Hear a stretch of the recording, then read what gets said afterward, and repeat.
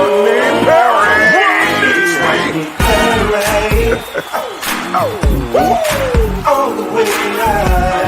Get ready for America's #1 funny man. What? Hey. Make some noise. Ladies and gentlemen, from LA to New York, Chicago to Mississippi, let's give it up for America's #1 funny man, Rodney.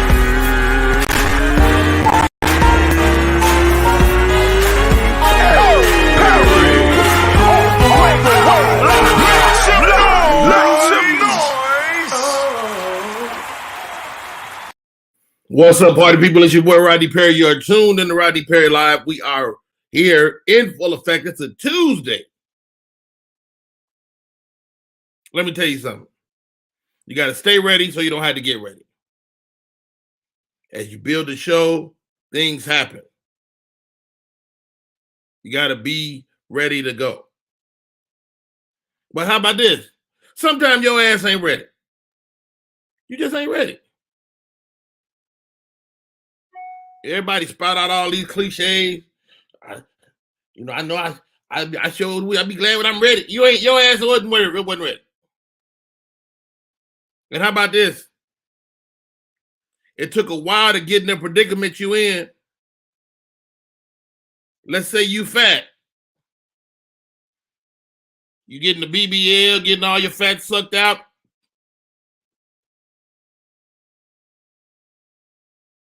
Your ass didn't get fat overnight.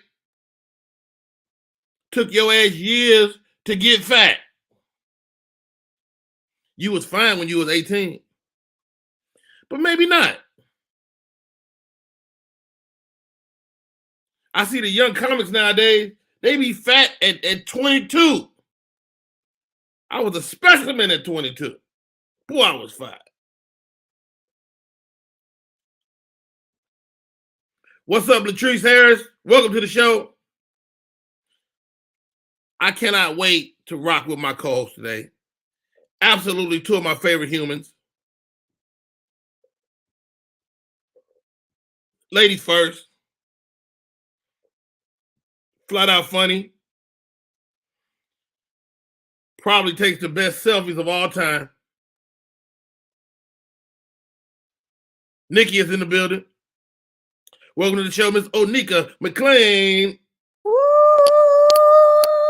What's up, Rodney? Hi, guys. What's up, Miss O?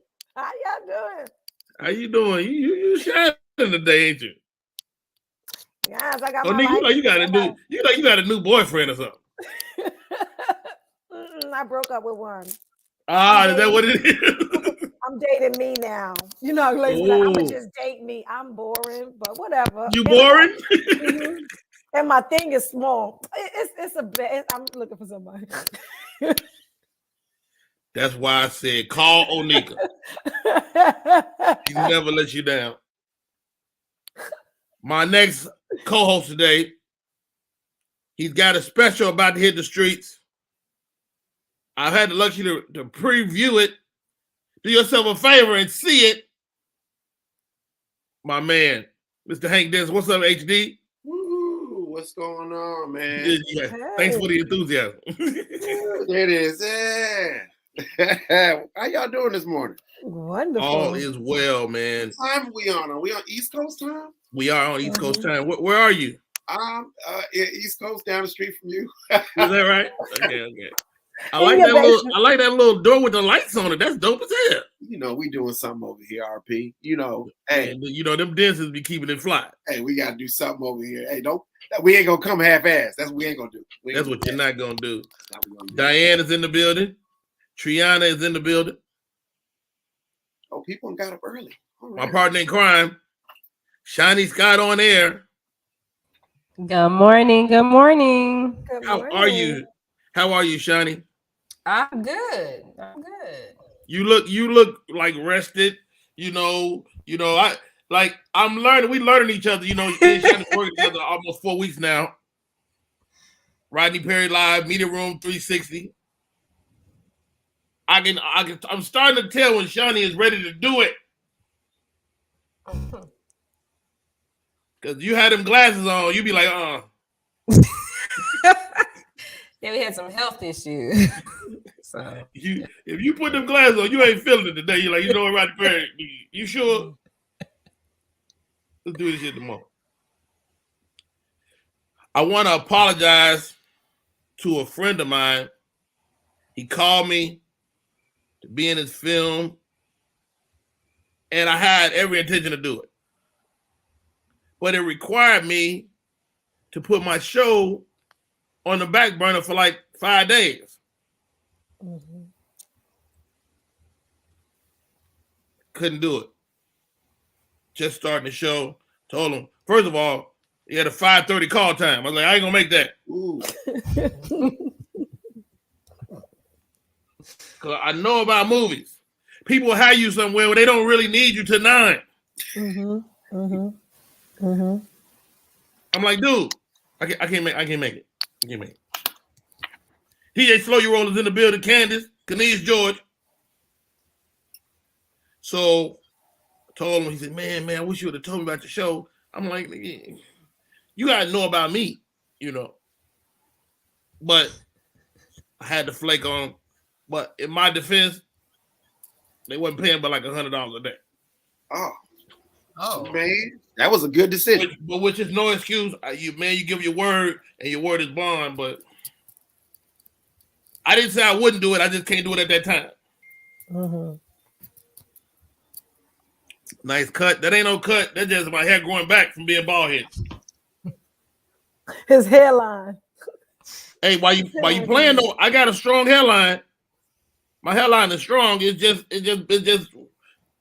platinum. My wife said, "It's platinum." okay. Platinum. That's a good word.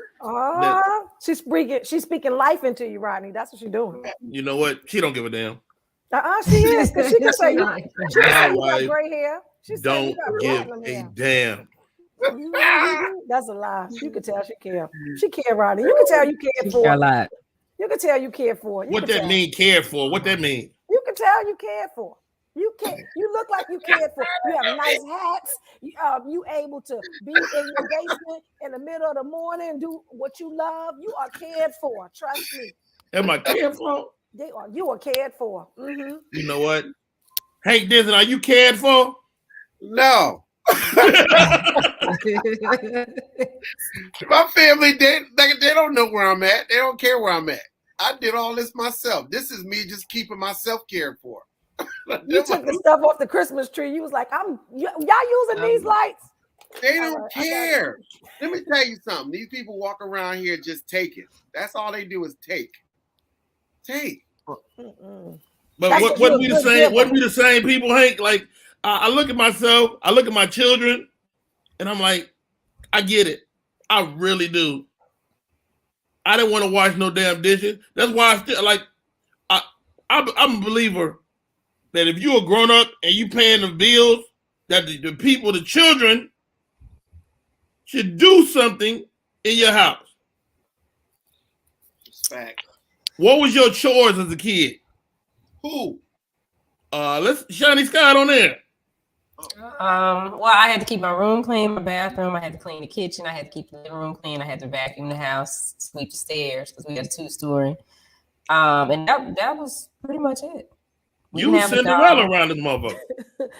Yeah, I had to, that's what I had to do. Well, I was the only child too. So. Oh yeah. So you like me? I was the oldest, so I was the only child for a period of time, and so me and my mom was like friends. Like, you gonna get the dishes? I'm like, yeah, I guess I will. Probably should. Onika, What's up? What was your chores you used to do? Well, all of them, plus pay the rent. As soon as Wait a minute, you had to pay the rent as a child? I was 14, she charged me $50 a week. Our rent was $200. I can do the math. Like, what the fuck? Just paying the goddamn rent. Dang. How you get to $50 a week at 14? Because I had one of them summer youth jobs at first, and then I got a regular job because I was like, wait a minute, I ain't got to ask her for nothing. I ain't got. She was teaching you the value of $1. No, she was robbing me. She was robbing me. She I was supposed to be buying myself stuff, not paying her rent. Yeah. Wow. It's fine. My son's mom is like that. Like she really hit him up for money, and I'm like, let that man keep his money. No. No, My my kids mother pay from the rent, South. but not like that. Like they got $17 a month they got to pay. That's their phone, their rent, their food, their electric bill. I put it in their savings.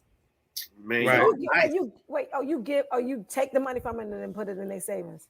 No, they got to give it to me. They have to give it to me physically. Do they have a certain day? Yeah. And if they don't pay it, then they get kicked out of their room or, something happens. Wait a minute, Shawty. They Think about that. Where you put them? They sleep on the couch and on the floor somewhere. So they lose their comfort. Yeah, they have to figure it out. And I started that with them when they were like 8 and 9. You're going to get robbed in your own house. Girl, Yeah. Stick up, Mom. You didn't say how we had to get this $17. You just said Don't say that because they probably watching and they'll be like, yeah, because one of them went in my stash and got some of my money one day. I said, girl, don't you? That's stealing from me. You don't do that. Oh, no. I don't play that. I do not play that. HD. Come on, man. You know HD, what was your chores, man? You know my mother, man. Come on, man. I was an employee. I was staff. Okay. So you had to cook, clean, cooking, cleaning. I had to season chicken, put the chicken in the bag, make sure I vacuum, make sure I clean all the stuff that they said and some. I had to make sure I had the breakfast. I was ironing curtains. I was everything. It was everything. Then I had to go with her to the grocery store to help with the groceries. Man, it was a lot, man. I'm domestic now. You can't tell me about nothing about no thread count sheets or no seasoned food now. My wife walk around here now, I'll be looking at her like you ain't do that right. But I don't say nothing.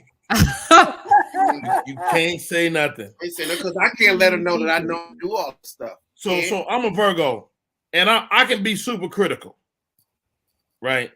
And so I really have to watch my tongue because my wife and my daughters are all Aquarians, and they be so sensitive. If I say the wrong thing, they be down for 2 or 3 weeks. I'm like, wait a minute. Mm-hmm. Well, you said you didn't like it. I'm like, I didn't say that. I'm Aquarius though, Rodney. My mother toughed me up a long time ago. You're gonna have your feelings hurt. Walk around there in your feelings. Don't let her know you hurt, because that's like weak deer. That's like an injured deer in the woods.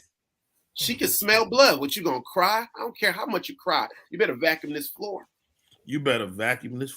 Rodney, remember I told you she brought a load of clothes to the basketball court because she didn't She didn't like clothes being left in her dryer. She'd be like, if it smelled like, you don't use my dryer and then not dry your clothes all the way and think you're going to put it on the cycle and come back.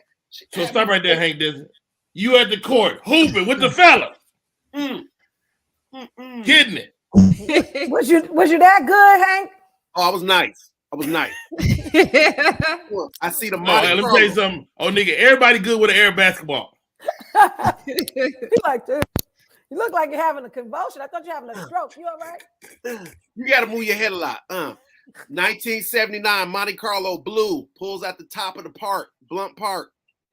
You can see the cars coming to park. You saw her. I saw her. I was like,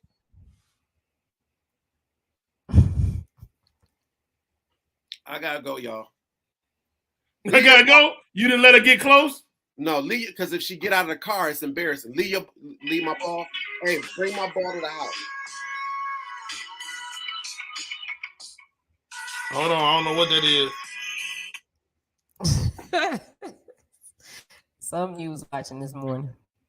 They said leave ball. Yeah, I'm just glad it wasn't.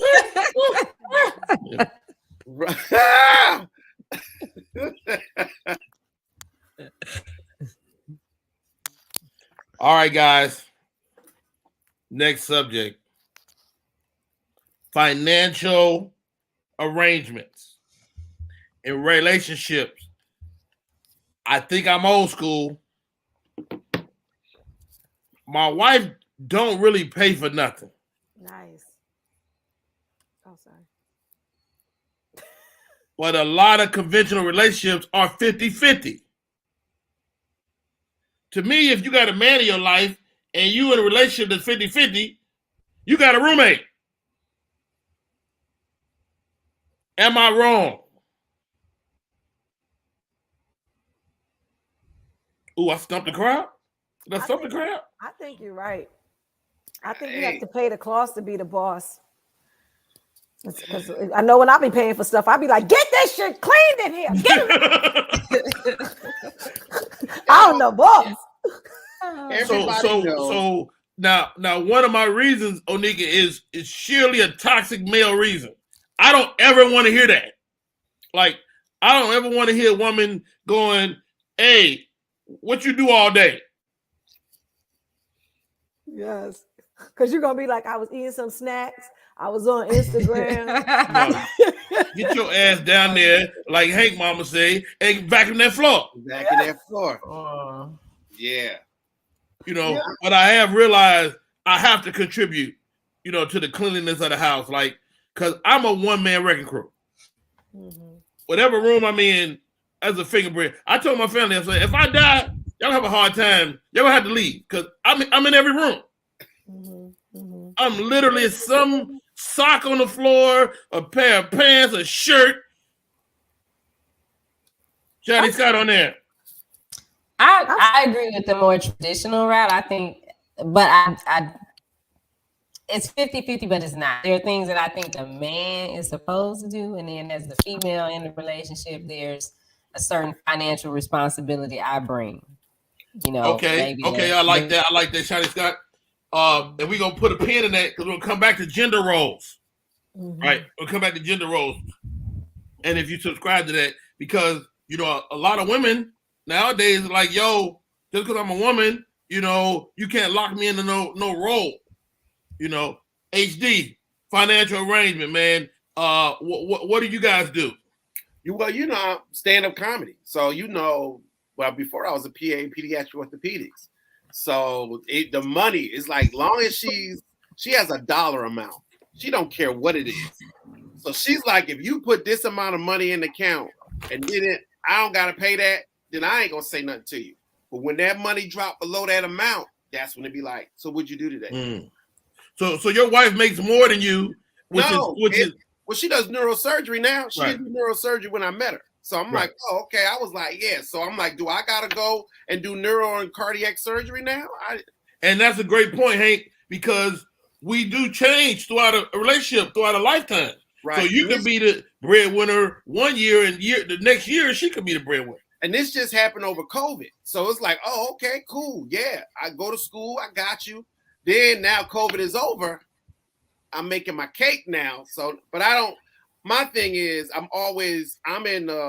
in order for a marriage to work, I was taught that you have to be of service and all around.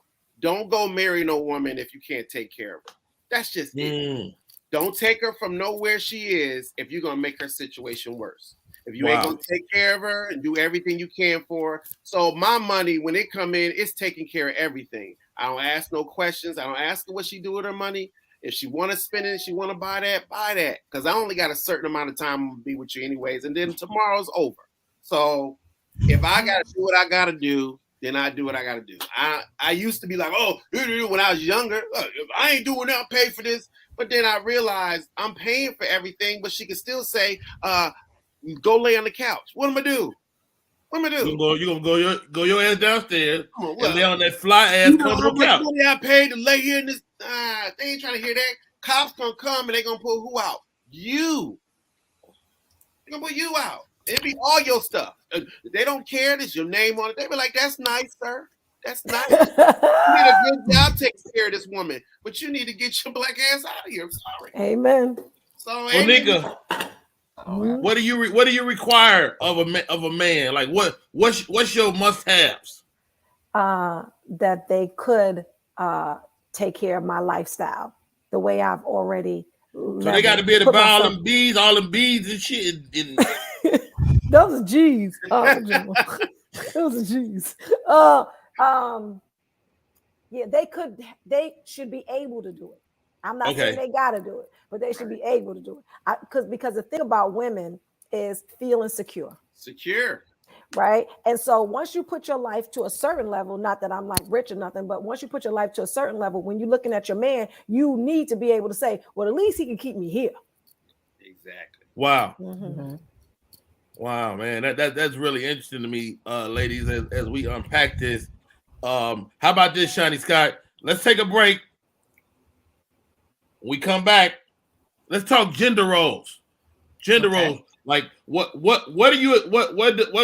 a role for a guy? What's a role for a woman? I'm gonna say it. I got all the garbage in the house. Got all the garbage. Don't even touch it. We did a sketch about that one time. Me and Onika. Mm-hmm. All right, y'all. That the name of the show is Rodney Perry Live. I'm Rodney Perry. Those are my co-hosts. That's the homie. Shiny Scott on air. Media Room 360. And we come back. We're gonna talk more on Rodney Perry Live. Let's go. What up, y'all? It's Michael Sean, and I know you want to be a podcaster. You want a successful podcast. You want to give your views and opinions, but you just don't know how to do it correctly. That's why you got to hit up ShawneeScott.com. You want to be on radio, and you want to know how to build your radio career. ShawneeScott.com. She's done all of this.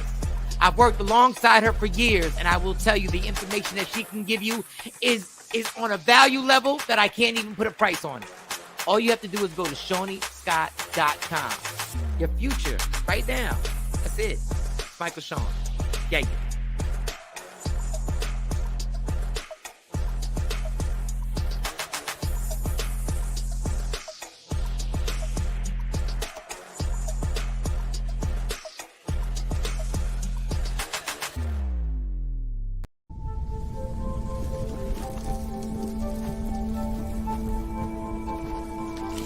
Eva Marie smoked 12,000 packs of cigarettes over 15 years. She quit, and now there's a new lung cancer screening that could save her life. You stopped smoking. Now start screening. No matter how much you smoked, early detection could save you. Talk to your doctor or learn more at savedbythescan.org. We are back. My name is Rodney Perry. You're tuned in to Rodney Perry Live. My people are in the building. Media Room 360. Miss Shiny Scott on air. Shiny Scott, how you doing? Good. I'm happy. Media Room 360 is the flagship. It's the app. It's the engine that powers this show. Talk to me about it real quick. Media Room 360 is a streaming platform that goes into over 40 million homes daily. We do run live shows, and we have 24/7 broadcasting. We also stream to the more popular platforms like YouTube, Twitch, LinkedIn, Twitter, and you can also catch us on Roku, Amazon Fire, and Apple TV. So right now, people can see us on all those platforms. All of them right now. Get out of here. And they should subscribe to the app. Is there a charge for it? The app is absolutely free. Free 99. Free 99. You can't beat that price. Free 99. Join us today, my co-host, Hank Denson, Onika McLean. Put them back where they was. I like her over there. Can I do that? Mm-hmm. Yeah. Oh, shoot. And Scott be producing this mug. Before we left, we talked about gender roles. Do you subscribe? We all grown, so I'm assuming we probably gonna have the same answer, but I don't know. Do you subscribe to gender roles? Are there certain things you expect of a man and certain things you expect of a woman as we move into this new age where a lot of stuff is blended together or not or going all together? Onika, what's your thought? I do believe in gender roles. I'm a woman of a certain age, and I just always believe. What that mean? I hate that damn phrase. Okay, so remember, I'm old. I don't look it, but I'm old, right? So that's dumb. And I just believe that there's things that men should do, and there are things that women should do. Like when I see a couple and it's really 50-50, I just really feel like they in a roommate situation. I'm just kind of like, it's back to the security. I feel like it's always back to the security. Women must feel secure, especially in a world where women aren't protected a lot of times. So the security of a man is what a man, there's this not program, but this organization called men, something like that. And what they said is that women that are associated with men are covered by them, and other men respect those women more so than they would a single woman, because if you're male adjacent, then in the male's mind is, if I do something to this woman, then I'm going to get checked. And when you don't have that, you don't have that protection. Well, that's interesting. I mean, I don't know if I'm worried about getting checked, but I believe definitely in those gender roles. And so, what do you, Onika? What are the number one thing you expect your man to do in the home? Pay for the mortgage or the rent, whatever that major bill is. Mm-hmm. I feel like they should pay for that, and then I could pay for all the little stuff. Even though the little stuff sometimes add up to the same thing, but I just feel like where we stay, that should be his. That's his responsibility. Oh Mm-hmm. wow, Shiny Scott on there. What's your thoughts? Yeah, I think there's roles. Definitely. For me, I think the man should pay the mortgage, rent, the utilities, whatever that is, and then like the groceries, the clothes that the people need in the house. I get, and sometimes I don't. Since I'm coming to the picture with 2 kids, because our lifestyle is one thing, and if somebody wants to be in this, then yeah, you're gonna have to, be able to take care of this. It's not just me. Yeah, because these girls ain't going nowhere for, about 8 more years. Mm-hmm. But at the same time, I take that into consideration because they do have a father that has a responsibility to support too. So it's not just like, oh, you got to take care of all of this and the responsibility is all yours. And as far as I go, at the same time, if something happens to him and he drops the ball, I should be able to catch it. Yeah, he shouldn't just have to suffer because he doesn't. Because it's up and down. He might be up to that. Yeah, we're a team. So that's where I say the 50-50 comes in. It's like, if you ain't got it, I should have it. Mm-hmm. Hank Dixon, what role do you do in your home that's not historically a man job? Oh, dude. So I cook. I do a lot. I clean. But my time, I got my time back. This is what my wife is working to do.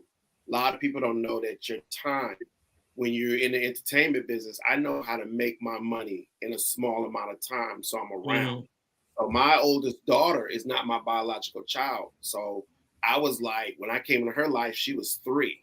So, and her father wasn't involved with her at all. So I automatically jumped into covering everything. I was just family, like, yeah, because you see, I don't know what it was, because most dudes like, I ain't messing with no woman with children, but I saw that every little hole that they would feel secure because she was a little girl and her mother. So for me, I was like, if I'm going to step in, they got to feel secure on everything that's going on around me. And I changed their life. I feel like I changed their life because they were scared to do things because there was no man involved. So as soon as I came in, I'm like, we could do these things. We can go on these trips. We can do this stuff. She can play a sport. I'll pick her up. Like I was messing up braids and taking her to daycare and doing all this other stuff because that's what my mother taught me. You know how to do hair? Yeah, my mother, my little god sisters used to come over. My god sisters used to come over, and my mother would be like, I would see them crying, and I'd be like, oh, and I'd be like, I learned, grease their scalp. Then I would tell her, like, my mother gonna do y'all hair. Y'all gotta go to church. And my cousins would come over because they lived in the hood, head matted. I'd be like, you shampoo your hair tonight. And they'd be like, why? Like I said, because my mother coming here, she was an usher. She was the president of the usher. She in a hurry. She in a hurry Sunday morning. She was gonna snatch your hair in place early in the morning, and them kids they was tender-headed. So I would be like, yo, here's the shampoos and conditioner. And my cousin be like, yeah. I said, yeah. Because it's going to be ugly for you in the morning, but she going to make grits, and she going to make shrimp and grits and pancakes and stuff. And if you in there crying, you ain't going to get no food. That's how I was. So I was always trying to look out because I was and I'm like, you should have used the conditioner. That was just stuff I knew. So I would say that any tools that I have, because everybody's like, oh, men don't do this. But bruh, you know how I am, Rodney, about medical stuff. If I see something in you that you need that I know or I can help you with, masculine, feminine, I gotta help you. So if I know how to go in and baste the damn chicken, if I know how to go in and pick the sheet or whatever, and they're like, oh man, dude, you gotta help out. Don't stand back like I don't do that. That ain't what men do. That ain't what men do. Men do what they have to do. Wow. Yeah, you gotta do what you gotta do. That's dope as hell, Hank, man. You know, when I'm thinking of gender roles, I'm thinking like I think women should wash the dishes, although I do help. I think men should take the trash. My stepdad always mopped the floor. Like it was that was a man job. He was like, everybody move out the way, I got this. But I mopped the floor last night because I paid for the floors. And I'm not gonna have them hardwood floors because nobody don't want to take the time and do it right. Them floors cost too much money. So I'm like, yo, I got it. What you doing? I'm mopping the floor. She's like, oh, okay, move. I don't know about y'all. My kids are out of school. They up all walking these floors all hours of the night, 2, 3 in the morning eating. Is your kitchen ever closed? Oh. Shiny Scott, is your kitchen closed? When they not here, like now they gone to their brother's house. So yes, it's closed. But when they're here and I try to say the kitchen is closed. Now 2, 3 o'clock, 4 o'clock in the morning, I hear them. I'm like, who is that going to the kitchen? It's me. I just wanted some water. No, go back to bed. Go back to your room. You can't have no water. Miss Onika. Your kids grown now, but when they was little, was your kitchen ever closed? No. Because we were running a lot. Like I was a single mom, so I was like going to school and work, and we were always running. So it was just a chaos all the time. It still ain't closed. They do what they want to do. They do what the hell they want to do. There don't be nothing in there now because they grown. They was like, "Where's your food? I don't need no food. I can Uber Eats." Uber Eats. HD. I know you'll close your kitchen. Kitchen closed. You hear me? Kitchen closed.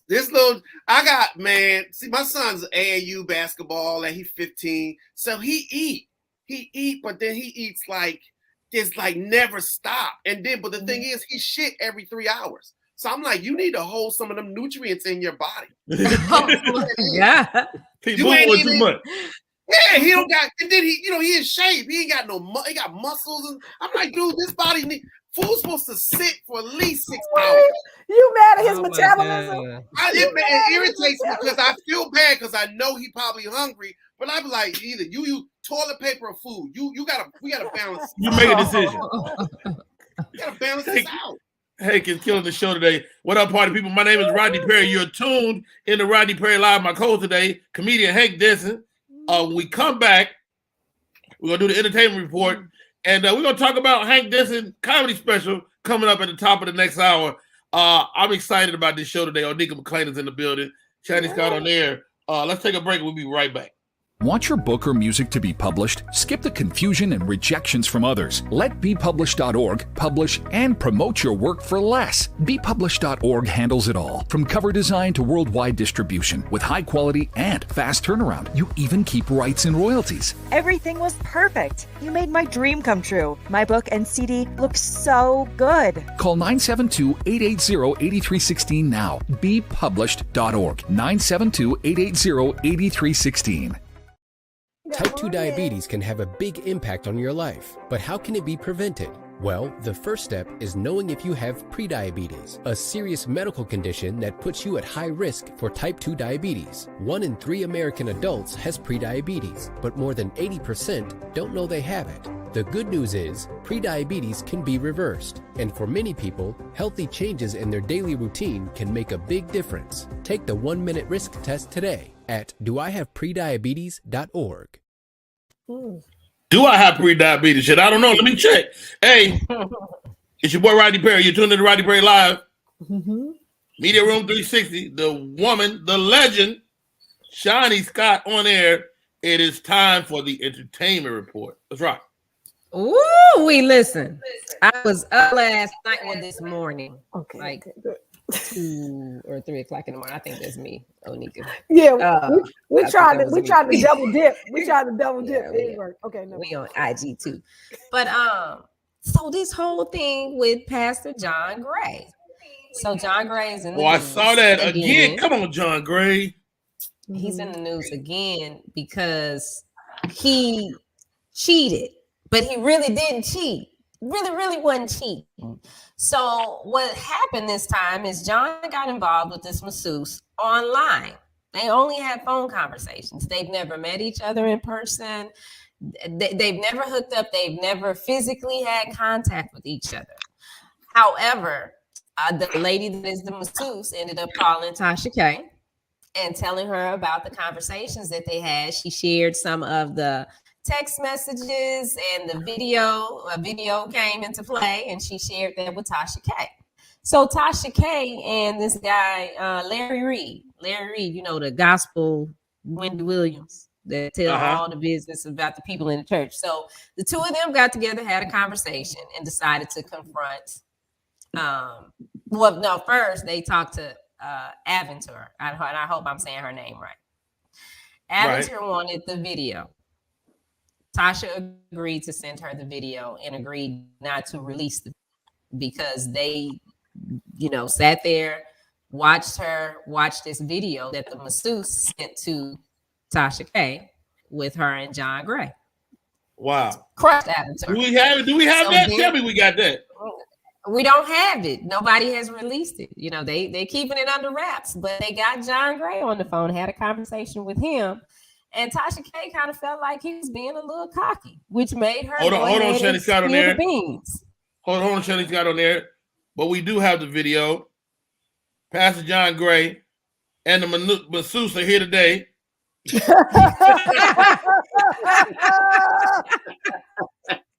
Shut up, man. Pastor John Gray. First of all, thank you for joining us today, man. I hear you done stepped in it again, man. Talk to me about this masseuse, bro. Pastor John. All you can do is I know you're going through it right now, man. Just take your time. What am I supposed to tell y'all? I gotta buy another car. That's all. Right. Get her another car. She got every other car. I might as well get her another one. Right, man. Some people are saying you didn't even do nothing, man. I mean, how you feeling, bro? I mean, God works in mysterious ways. Okay. And mysteriously, I ended up on the phone with this masseuse. Wow. You probably don't realize this, John, but we actually had a masseuse online. Ma'am, how are you? I'm fine. How are you? Oh, wow. Very sultry voice. That might have lured me in as well. Ma'am, this looks like a money grab to me. Talk to me about what you're trying to do with Pastor Gray. I mean, why would you show the world this video? Do you see those shoulders? I just wanted to get in there and just like manipulate the situation a little bit so that I can have a better life for myself. Oh, and he said something about God says if you cheat in your heart, but we wasn't going to cheat in the heart. We was going to cheat in the bed. So I told him, I said, we just going to be in the bed. And he was like, I got a wife. And I said, what she be really doing for you? Do she massage you like this to the side? And he said, no. And I feel like if you got a husband and you're not doing what you need to do for him, pass him along. Just pass him along. Hold on, Madam Masseuse. We was praying. This is Rodney Perry Live. I can't let you say that. Oh God, I was saying, hold on, Madam Masseuse. I can't let you just say that. Okay. Now the question is, you're lobbying to be a side chick. Aren't you breaking all the side chick rules? Well, I was trying to get some money. So this is the thing, right? Okay, I know that they got some side chick rules, but y'all ain't hold none of these chicks to these standards. Ain't no rules no more. If I have seen the glory and the coming of the Lord, and I understand, but right now there's no rules. There is no rules. So if he called me and we're talking on the phone, that means he's interested. Wow.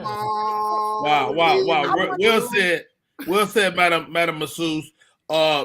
Last question, John Gray, man. How you let yourself be recorded, bro? I didn't even know there was a camera. We was praying. What kind of Kevin Hart shit is that? No, sorry. Wow. There we go. All right, guys. John Gray and the masseuse. Let's give them a round of applause. Well done, guys. Well You're done. wrong for this, Rodney Perry. You're wrong for this. But John Gray, you had the camera because what John was looking for from the masseuse was a happy ending. That's what they wanted me for him to give her, for her to give him a happy ending. So at the end of the call, he took the phone and showed her where he needed the happy ending. No, it says Ephesians 1st chapter. John, that ain't what it was? That's not what it was. Corinthians 3:5 say you're not supposed to jerk no. Never mind. They about to bring you a car. They bringing everybody. It said you're not supposed to spill no seed.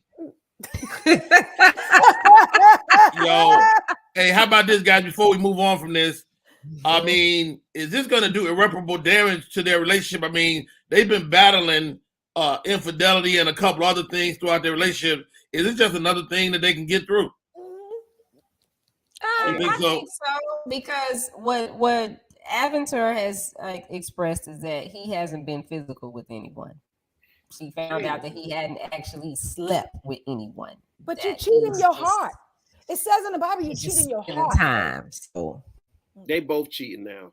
So now, I think that once you allow that to happen, it's kind of like, okay, now if he lose some money, she probably leave.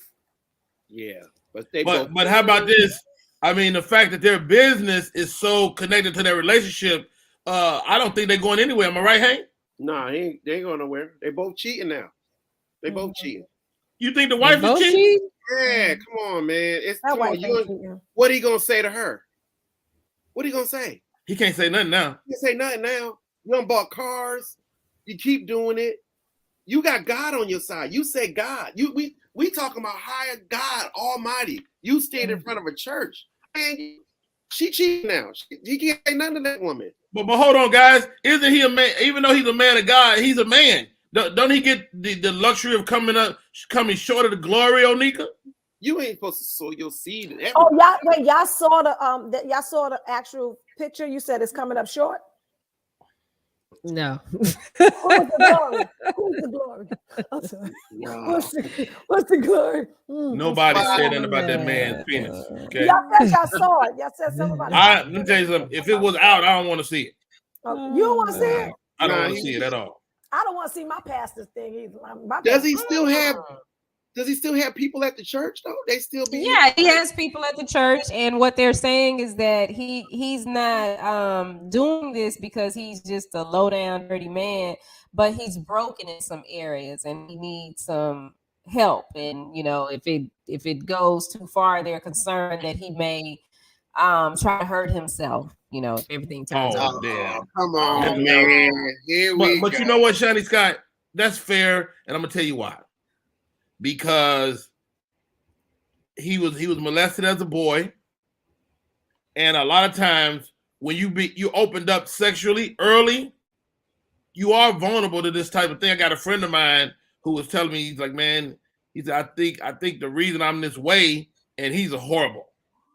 He said the reason I'm this way, Rod, is that I had a woman sexually abused me as a child, and I never looked at it for what it was. But as a man now, he's like, yo, this is not a cool thing. D. Ray Davis was in the news a couple of weeks ago mentioning it, that he was molested by a woman. And, as a man, we have this sexual prowess thing that really, really is one of those things that nobody really thinks is fair. You know what I mean? As they move forward. It's a tough thing. Shanny Scott, there's a lot of layers to this thing. Yeah, because Tasha K, Larry Reed, and John Gray got into that whole molestation piece, and Tasha was like, "Well, we was all molested. Everybody here been molested." So, Kelly says that's what. what? We all been abused, and that's something that I say. We've all been abused, but is that true? I mean, that don't diminish the pain, though, does it? It doesn't diminish the pain, but once you're an adult and you can identify, okay, this is why I do this. If you can identify it, then you can do something about it. Right. And you keep putting yourself in that position. Like if you know you're weakly Like, you know how I love cake. I don't bring cake in the house. Right. Well, first of all, John Gray didn't bring the lady to the house. The massage. You get what I'm saying, though? It's like you keep going where they make cake. You keep like, why are you doing that? Like, if you know you're weak to that, that's the last. And he got people. You got to have people around you. Let me push back on that, HD, because you make a great point. And I haven't said this out loud to but a handful of people, but I'm a gambler. Mm-hmm. And at my best, I stay away. Right. But if I go for whatever reason, I'm subject to fall down the rabbit hole of gambling. Mm-hmm. You know, I'm subject to spend thousands of dollars. Oh, nice. Come with you. Win them back. You know, hey, Shiny Scott, I wish I could. When you do Vegas, take me with you. You don't want to see this insanity. And so I know what the insanity is of an addiction. And so a guy like John Gray, very public figure, that doesn't diminish the addiction. Right. I don't know, not making excuses. What else we got, Shady Scott? Wait, I ain't even talk. Y'all ain't asked me. I'm sorry. Go ahead, Onika. I'm sorry, sweetie. Okay, I think that if you are in a situation where you were molested, you need psychiatric help. You need therapy. It is your duty. And this is the thing. He's a pastor. You know that you have to go get some doggone help when you are the shepherd of people. It's different when people are following you, right? It's totally different when people are following you. So he has a duty to his congregation, his wife, and himself to go get help. So just to be able to say, well, you know, I got a problem. And then the church say, well, you know, he got a problem. They're just making excuses. And that ain't right. That ain't right. You got to go get help, you know, like. And he's not just hurting himself, he's hurting people. People, because they following him. People who follow him and trust in his word are watching him that need help. And if they seeing that he's weak, then that's not nothing to fall on. You don't have that fiber, that rock to fall on, you know, to support you. You go to the church for support. But if you go to your church and they party and they popping it like it's loose, that ain't where I need to be. Like it's loose. I think it's tight. But wait, but hold on, guys. You guys making some great points. But hold on. Like, does the fact that he went through this situation or other situations diminish the word? The word is the word. Word is the word. The word is but the word is the word. But at the end of the day, he has an obligation to that doggone church. Him. So many people don't even read the Bible. They just go listen to what the pastor say. Period. Right. Full stop. End of story. The kids are watching. That's the other piece that we don't really think about. Like as adults, we never think about the kids that's watching, right? Yes. That are lost, that are, you know, dejected and all these, and were molested. And so now what we telling them, oh, you just blame it. You can just blame it on the rain. Don't blame it on the rain. There's a time in your life as an adult. I've been through mad childhood trauma. My mother was pregnant with me at 15. So, you know, that was some bullshit. But I bet you I went to therapy for 8 years and I tried to figure it out because at the end of the day, I had these girls that I was raising that I needed to be an example for. So right. You don't want to pass that trauma on to them. They are watching. I did anyway, though. But you know what I'm saying? I tried. I wasn't in no chat room with no doggone masseuse. I tried. You know, and I ain't blame nobody. I you know, you just keep healing. The healing is a thing that you just keep continuing to do. When you see that there's a hole, you start trying to fill it, and that's his duty. Hold on, everybody, stop right there. Shiny Scott, Onika, Hank Vincent. Maybe it was just a little massage. Maybe he wasn't even thinking about it like that. Maybe, I'm just throwing it out there. The happy ending should be a part of the massage. I think it should too. But I think that you can't do that. You must get your massages from only your wife when you're married and you're a Christian. Or why don't you get massages at the house? Why don't you have a massage come to the house and then see how the wife feel when you go, hey, hit me with that happy ending. She cool. See how awkward that is for everybody. Do it. Right. And let the kids watch. HD, if you wouldn't do it in front of your wife, don't do it. Let the kids watch. Let the kids watch. Everybody let the kids watch. Daddy in here getting a happy ending. Come on in here. It ain't nothing wrong with it, then it ain't nothing wrong with it. Everybody should be able to see it. It's in the dark. Is the reason why it was a problem is because his wife didn't know about it and he was doing something in secret. Like, come on, stop playing. And I'm not saying people don't cheat because they do all the time, but when you a pastor, come on now. And it's track record. It's like we keep talking about it. And then he's on television and all these different things. Like, God, they give you getting a lot of money. You are getting a lot of money, sir. Like, come on, God is blessing you exponentially. Let's go. Come on, stop with the nonsense. What was that word? How has he been blessed? I mean, a lot. Sometimes I be using big words and I don't even know how to use them. Exponentially. You were there though. I like the way you faded out. You was real close. You was right. Like exponentially. I was making a good point, but I do that sometimes. I use like a big word and I don't really know how to say it, and then I just kind of make it low at the end. So people think I knew what I was talking about, but keep it simple, stupid. You know, God done blessed him abundantly. A whole lot. Go ahead, Shanny Scott. Okay, so let me ask you guys a question. If your child killed your grandchild, would you be able to stand by your child? Ooh. Was that his child? If it's your child, like this is your son, it's my child. Was the grandchild his child? No, this is your other kid. Wow. Would you be able to stand by your son or daughter? How? It depends on their how. Man, they stuff like that hitman. Just fractures a family, man. That'll break a family in half. Hired a hitman for the insurance money. Oh no.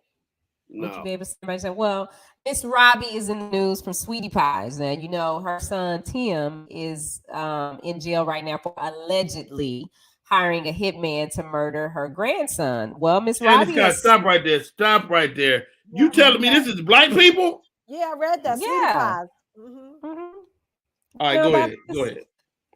So this happened about a year and a half ago, and Miss Robbie has finally spoke out about it, and she has decided that she is going to stand by her son Tim through this. She says that she's very hurt, she's distraught. You know, of course, she misses her grandson, but Tim is her son, so she's gonna stand by him and help him get through the process. Get out of here. Okay, so wait. Is this one of the young gentlemen that was on the show? Yeah, Tim was the son that I know the son was, but the grandson. Yeah, so the grandson showed up on the show, I think in season 2, because he got sent to stay with them. There was some other issues going on, but the young man graduated high school, was actually went out to LA with Tim to try to help him open up that other Sweetie Pies. And Tim allegedly was having some money issues, and the grandson ended up being the fall guy to help him get this $200,000 that he needed to get out of the hole. $200,000?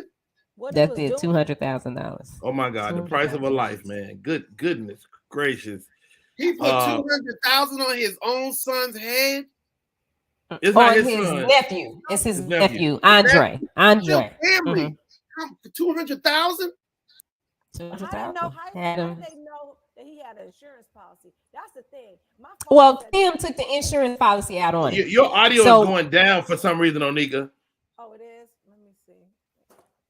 Yeah, when Andre came to stay with them, Tim took an insurance policy out on him. So they're alleging that Tim plotted this over some years. Like, it wasn't something that just happened at the, just one day he woke up and said, I'm going to do this. They're alleging that Tim actually planned it out, and that's why he got the insurance policy on. Wow, that is absolutely insane, guys. Wow. Yeah. Yeah. No, I don't know. Man, that again, that'll cripple a family. But this fame is intoxicating. And when you face the idea of losing the money, having been a celebrity, it could affect you that way. And how about this? Too many white folks around. Because as far as I'm concerned, this white folk crime. Yeah. Because it's thought out. Like, this is thought out. Somebody told him. Somebody's like, yeah, this is what you can do. That's somebody got to put that idea in your head and make you feel like. I don't know. I don't know what's wrong, Onika, but we cannot hear you at all. At all? Okay. Well, I hear you a little, very faintly. Okay, let me try to put That made my stomach hurt. Where you get that? Ooh. What, the story? Yeah. Is it fine now? You're getting there. It's better, but. Oh, Lord. Thank you, Amir A. Rock Steely in the building. It's in and out? Yeah. That's much better. Much better. But is it much better? Yes. Oh, okay. Look at God. John Gray is working with your mic.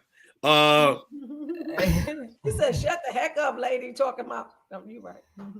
Yo, let's do this. How many more stories we got? Well, there's one on R. Kelly. You know, they're getting ready to sentence him. And hold on, stay right there, Shawnee Scott. Okay. Let's take a break. Let's reset to the top of the hour and pick up that R. Kelly story.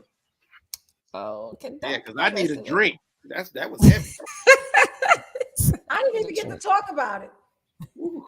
We not finished, old nigga. We'll be back. What up, y'all? It's Michael Sean, and I know you want to be a podcaster. You want a successful podcast. You want to give your views and opinions, but you just don't know how to do it correctly. That's why you got to hit up ShawneeScott.com. You want to be on radio, and you want to know how to build your radio career. ShawneeScott.com. She's done all of this. I've worked alongside her for years, and I will tell you the information that she can give you is on a value level that I can't even put a price on it. All you have to do is go to ShawneeScott.com. Your future, right now. That's it. Michael Sean. Yeah.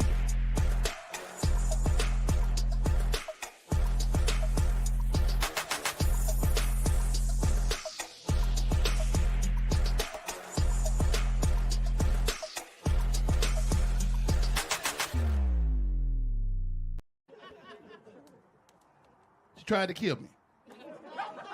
No, for real. She tried to kill me. I woke up. She had a pillow on my face, a pillow. But what she don't know is I got sleep apnea. So half the night I don't be breathing no way.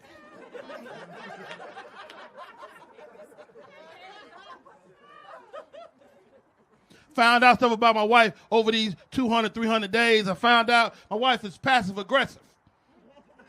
That means when something wrong, she won't tell you something wrong. You just got to figure it out. Okay, not only is she passive aggressive, she's also lactose intolerant. So she get mad, she won't tell me, she go downstairs and drink a half a gallon of milk. Now I gotta sleep through Beirut. Pew, pew.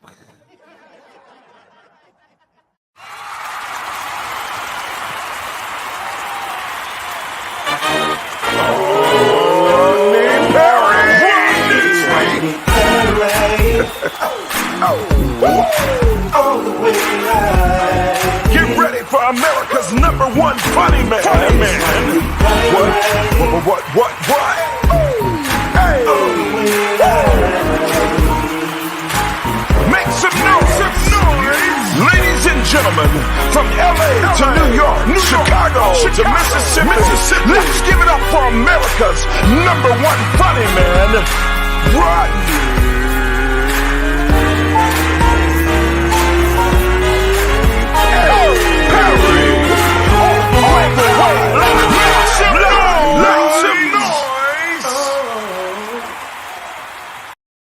We are back in full effect. My name is Rodney Perry. You're tuned in to Rodney Perry Live. It is going down the way that it always does.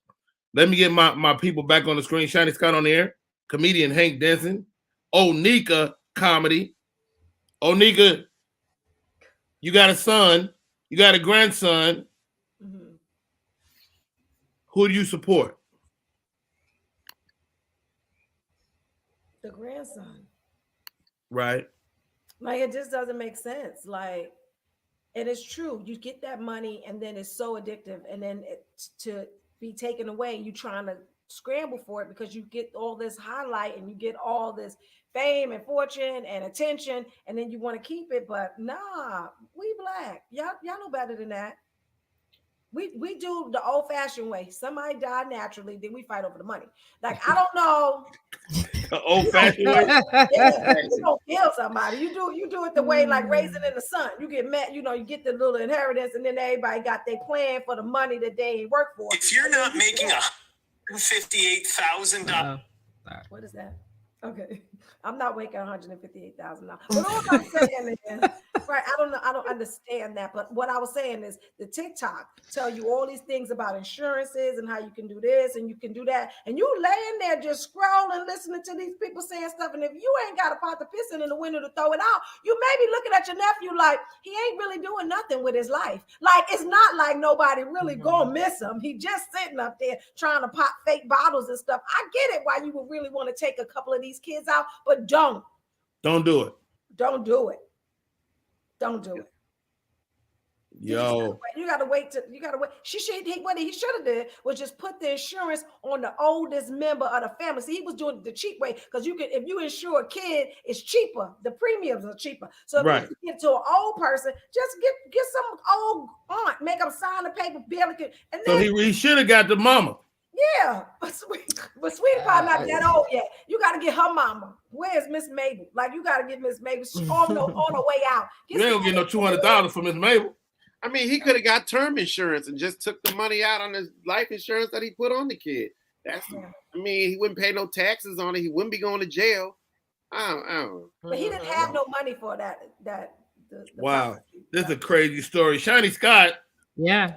R. Kelly is about to be sentenced. Yeah, so they're thinking of giving him. He been in jail for like 5 years.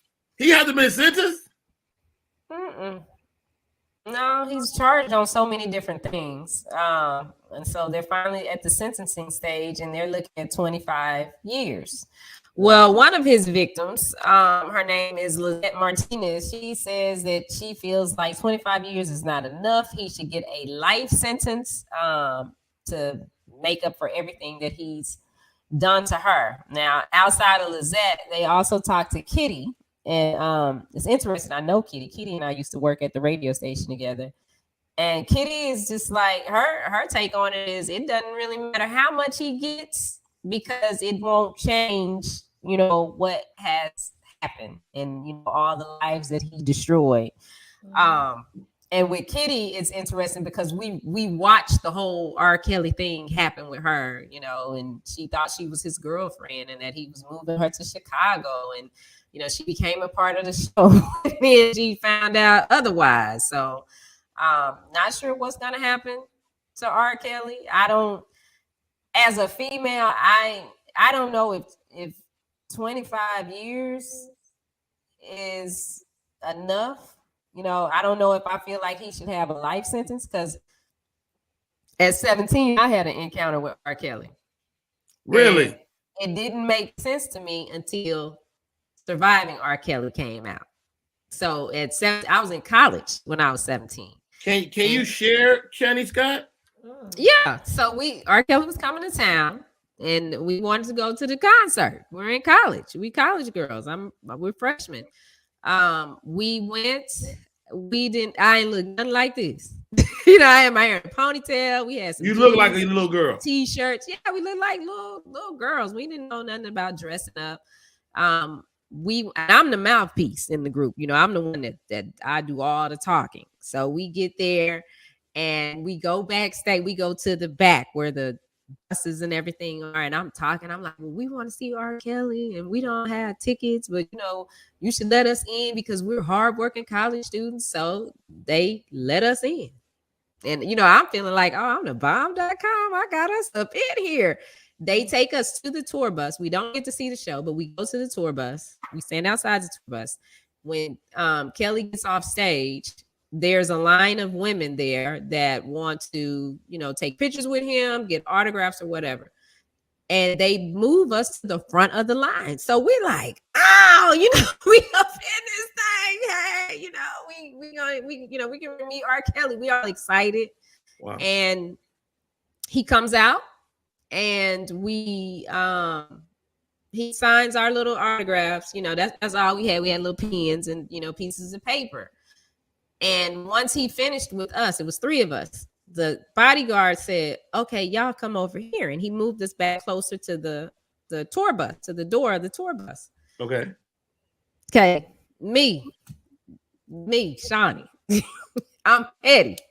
He still got my pen. I said, I'm gonna need my pen.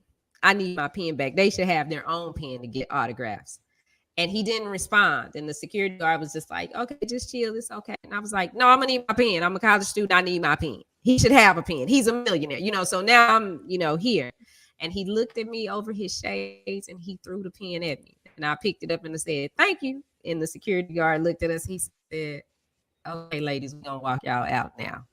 And we left. But we were happy because we got the autograph. When I see Surviving R. Kelly, then I'm like, oh, it wasn't that I had a mouthpiece. I was 17. And if I didn't have such a big mouth, I would have been on that bus and ain't no telling where I would have ended up.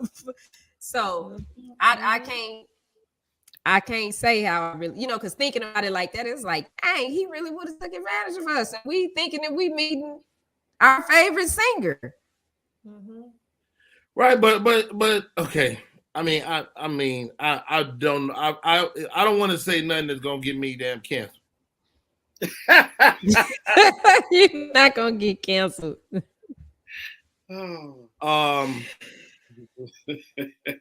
the end of the day, the ball is always in his court because he's the grown man. Yes. Right. And a quick personal story. My biological father was a grown man when he impregnated my mother with me. My mother always framed it like they were in love, right? But toward the end of her life, she was like, "You know what, Rodney? He took advantage of me. Mm-hmm. He was a grown up, and he had to. He should have. Even though I was a hot, fast little young girl, he should have pushed me away. And he has that ownership of that, and it was that revelation that makes me pause at stories like that, because the man always has the ability to stop it right here. Whether you're John Gray or R. Kelly. Now, do I think the man should get life? I'm gonna say no. I don't think he should get life. He is a sick man. Mm-hmm. He needs some help. I've heard stories from people that were close to him. And how about this? If you're going to take R. Kelly down, there's a lot of people that will party to it. Parents, bodyguards that knew exactly. There was nothing in Chicago for us to know. I remember being in high school and grown men would pick up high school girls all the time. Yes. Mm-hmm. Yes. Yeah. My high school, I know. So, I get it, man. I don't think the guy should get life. 20. He been in jail 5 of the 25. And he still has some other charges that he has to face back in Chicago. Right. So, but who knows if they all run concurrently or they stacked on to the end of his sentence? Who knows? Wow, Onika, am I way off base on this, or what's your thoughts? I think that R. Kelly is a predator, right? And I feel like people should just use him. They're using him as an example, which they should, because like you said, there are plenty grown men that are at high schools. But just because there's plenty of grown men at high schools don't mean it's right. And often what happens, like, a lot of young girls have the same story. They was dating this older man and he was buying them all these things. And then what happens is now sex is just a currency exchange. And you teach the girls so young that that's what it is, right? But they're really being manipulated. They're being manipulated, they're being played, and they're being preyed upon. And then what happens to young women that people, I'm not going to say they don't realize. What happens to young women is they don't trust their own judgment.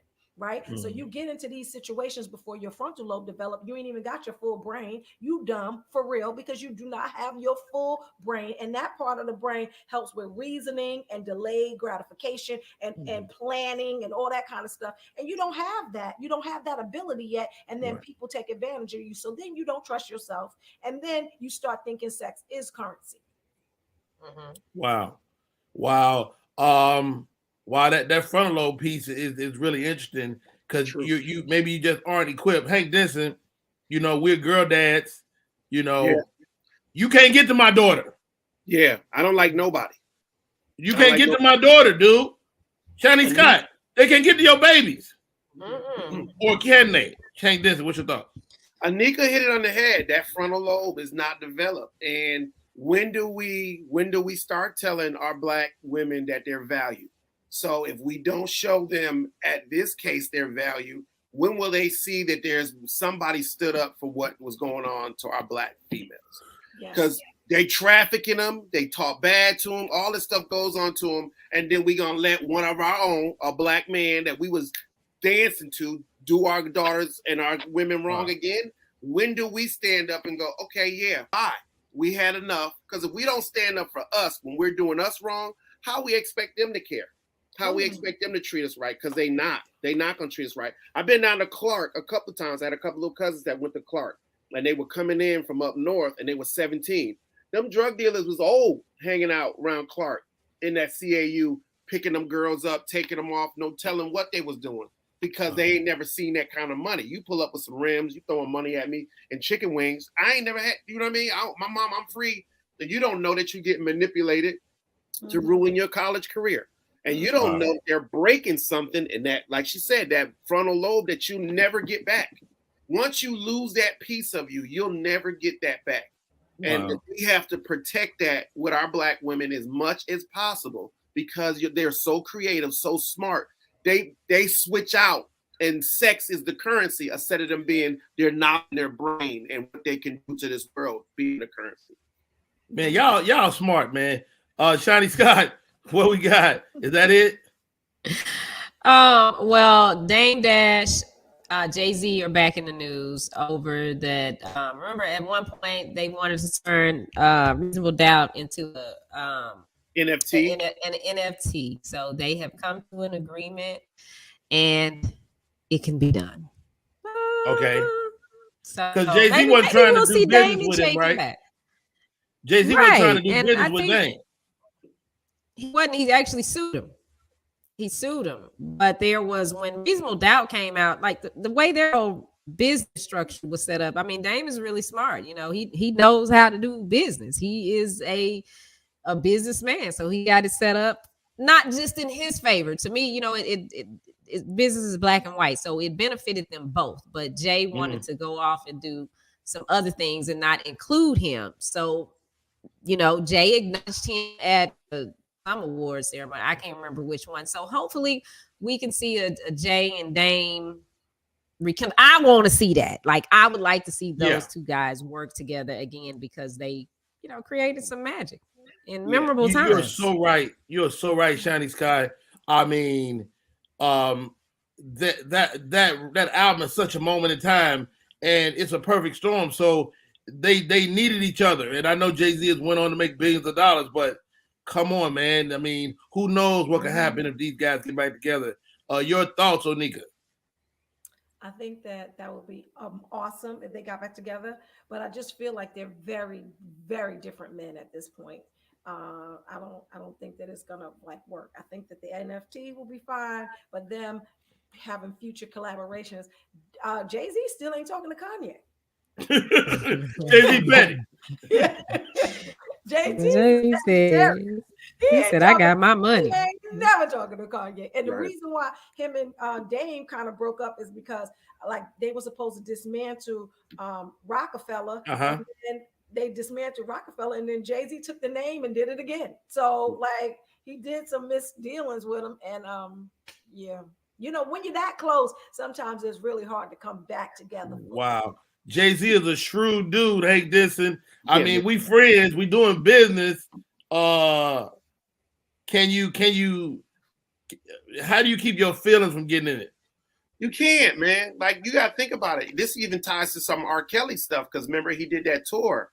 Jay-Z was telling him that R. Kelly and all, and they did that tour together, and Damon Dash was like, nah, this dude is dirty, man. But he wanted to be out and get that money. So sometimes on your way up, you get blinded by the money when your boy that helped you was telling you that you're making those wrong steps. So that's why Damon Dash is locking up a lot of stuff that he don't want to let him to do, because he's like, you're not gonna walk over me when I tried to help you. Now you want to drag me. So now you want to drag me because you got this money, but now I know this business. So you ain't gonna just walk over me. And then Jay-Z's in a spot now where he water, you know what I mean? He move like water now, so he think he can do it. But like Shawnee said, business is business.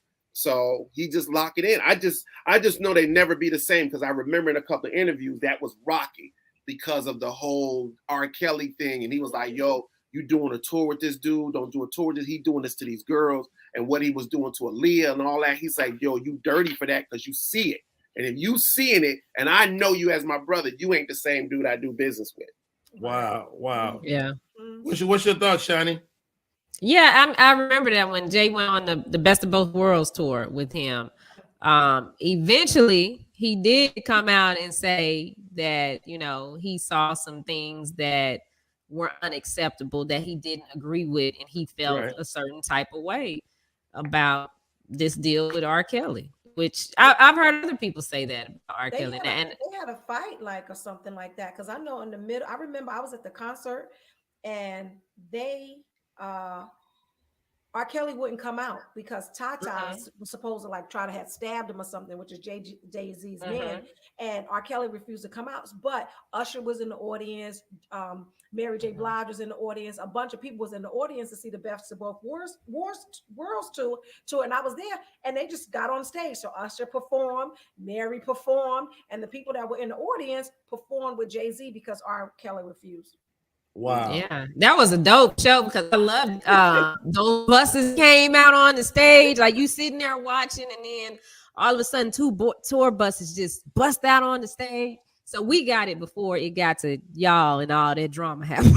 We got the first leg of it, but it was hot. And I can't say, people say, well, do you still listen to R. Kelly's music? And I don't intentionally do it, but if I'm in the car and my playlist is going, like the other day, the song he did with Cassidy, Hotel, came on. And I'm just going, and I'm like, oh, wait a minute. I'm listening to R. Kelly. Yeah. That's my this is what I want to know. How much jail time do we need to give him so I can listen to the music? If you need to give him life, I'm just saying. Like, I need that. If I could, they can he doing life so we can listen to the music now. What up, wow. I think give him life, because I feel like you can separate the art from the artist, because most artists are crazy as shit. Wow. Yeah. And let the state build up for his kids, because he does have kids, so we gonna punish them too. Well, they gotta suffer. For they daddy. I know. Like my daughter is friends with Robert, with his son. Oh wow. Yeah, they because the mother lives here in Atlanta, and they, my daughter went to high school with Robert. Man, how about this? This little boy is talented. Wow. He is a producer, and damn. R. Kelly is not only a horrible guy when it comes to women, he's probably not a great dad either. Oh wow. Which is horrible. But sometimes you be a great dad. I know some real horrible men. Horrible. And I know we all do. And we friends with them, and we like just disgusting towards women. Just disgusting. Oh yeah. Right? I know some killers who love their kids. Mm-hmm. I know some. Bow bow. Hey, bring my baby in here. That part. Yeah, bring my cupcake in here. Compartmentalize. I said that right? Compartmentalize. Yeah. That was perfect. Yo, the name of the show is Rodney Perry Live. I am Rodney Perry. That's Shiny Scott on air. HD is in the building. Onika McClain is in the building. Let's take a break. When we come back,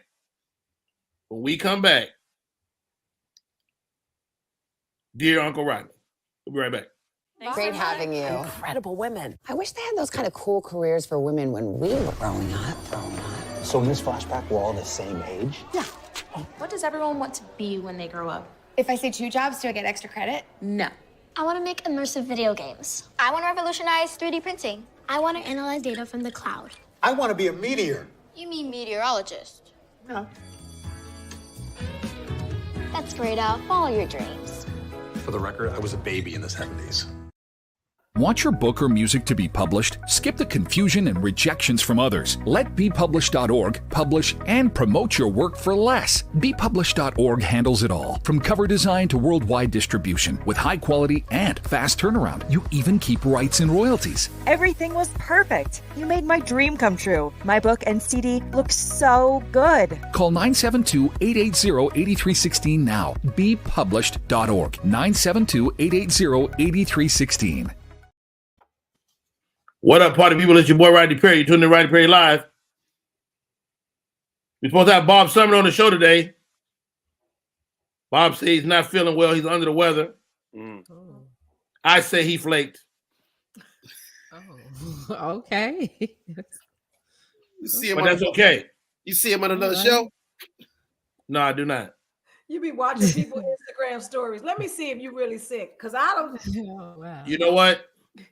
I flaked yesterday on this dude's movie, so it's karma. Oh, it's all karma. Let's get the show underway. Let's keep it cracking. You guys are doing a fabulous job. First of all, thank you, both of y'all. Shiny Scott, it's time for Ask Uncle Rodney. Okay. So here we go. Dear Uncle Rodney, I really like this one game that you play, the one-up game that you play on the show, but I have a real life one-up situation on my hands. I'm the only Black female executive at my firm, and being at the top of my game is a must. I don't talk about my personal life and what I've acquired at work unless asked. There's one particular coworker, Marcus, who thinks we're in competition. I get a 12-inch lace front. He gets a 16-inch HD lace front. I get a new pair of red bottoms. He gets 3 pairs. I got a new Louis Vuitton briefcase. He bought a Birkin bag. It's never ending. Hell, I brought a sexy chocolate man to the company Christmas party, and he brought some green-eyed, curly-haired man from the Bahamas. Do I just ignore Marcus or go buy a jet and fly my ass away from him?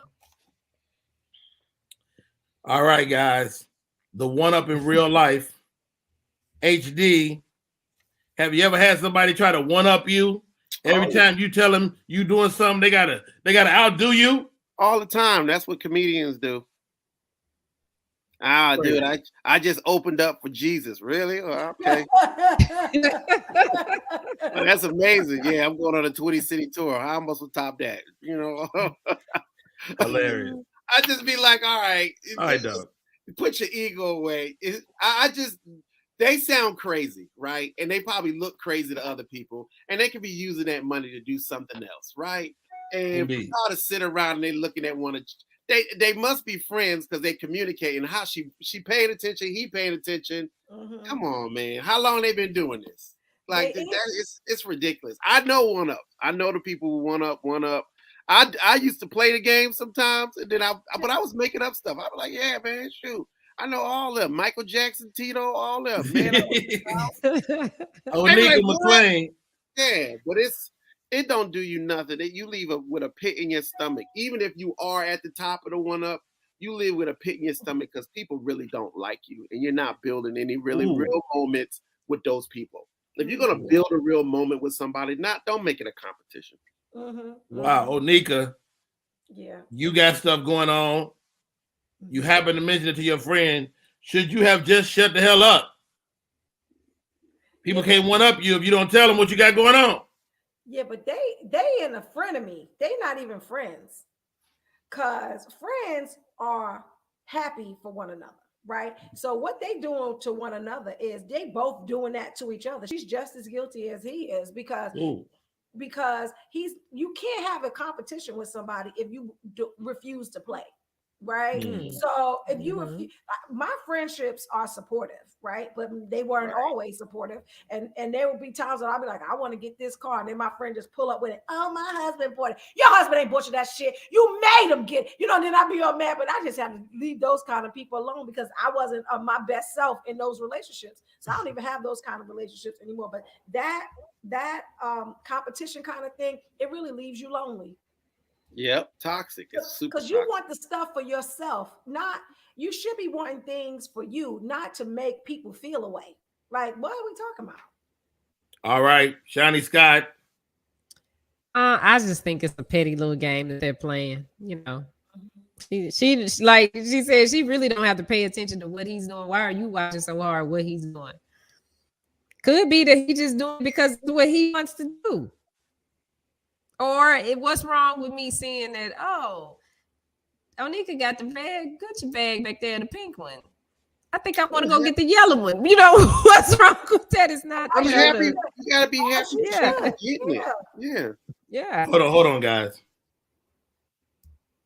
Ask Uncle Rodney. Here goes. It's a woman. It's a gay dude. Listen to me, ma'am. Leave the gays alone. The gays are better than you. Leave these gay dudes alone. They got unlimited resources. Yeah, that LG money is long. You cannot beat him in a game of one up. He don't have no kids. He don't have nobody drawing on his paper. You get a plane, he might start hovering. You're gonna lose. Leave this man alone. All you do next time he went up you, be like, you know what? God bless you, brother. Get out of there. Well, Rodney Perry, how come I gotta go? Because you can't beat him. That's true. Yeah. Boy, women, I'll be like, hold your stomach in, at least. Like women, we be like, anyway. Gay guys be like, Leave that dude alone, man. And he's a man, and he competitive. He probably How about this, guys? I'm gonna say this too. We gotta embrace our gay brothers and sisters. Mostly our brothers, though, because the revolution is coming. You don't need everybody. You're gonna need the gays. They still men. You're gonna need these guys when the revolution start and these white folks start shooting up stuff. You're gonna need the gays, and the gays got rules you ain't got. It's a fact, Hank. Stay with me on this. what's the rule? You get ready to fight, you throw up your dukes. Gay dude use that right there. Salt. What's the noise? Salt. It's offense, it's defense. The revolution is coming. It is. I'm just saying. They're getting the guns ready. So final word, lady. Thanks for hitting me up. I ask Uncle Rodney. You can send us an email, Rodney@RodneyPerry.com. If you want to ask Uncle Rodney, my advice is BS. If you're relying on me to help your life, you're an idiot. if you need Rodney Perry, and I'll be honest, Shani Scott, and other people I don't like, people that do couples therapy, but they've been married less than 10 years. You can't tell me nothing unless you got 20 plus. They conduct. They all you got to do is communicate, and as you communicate, shut up. Shut up. You know who else is like that? Sierra. You just found you a good man. Now we got to say your prayer. First of all, Future was your last man. Like, how about that? And why you twerking on the truck, Sierra? You got you a good man. Now you're an expert, girl. You just tripped into that. Shut up. Shut up. Hey, Susan, how many years you got? Man, we had 16. No, 18. I listen to you. 18. He don't even know. 18. 18. I listen to you. Onika, your longest relationship. 17 years. I listen to you. Yeah. No, you don't want to listen to what I was doing. Yeah. That just could have lasted 4. You don't listen to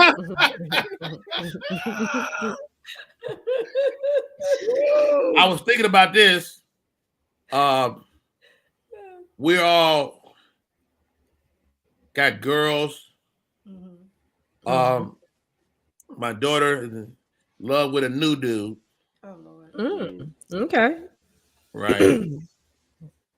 So I just found out the other day the dude has a child. Oh man. So she's 21. He must be at or around that age. The child is 1 year old. Ooh. I had a child when I met my wife. Matter of fact, I had 2. He forgot about one. Okay.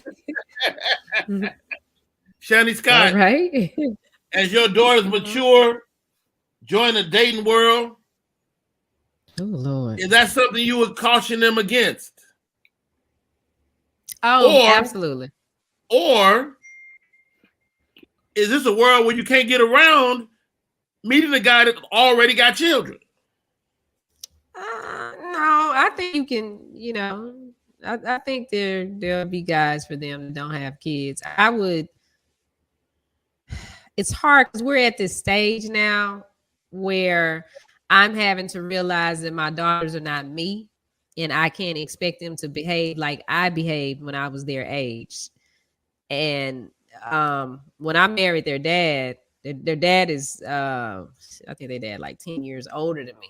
He had 2 kids, and that was something my mom kept telling me. It's like, well, she would always say, you don't want to, you don't have any kids, you don't marry nobody with kids.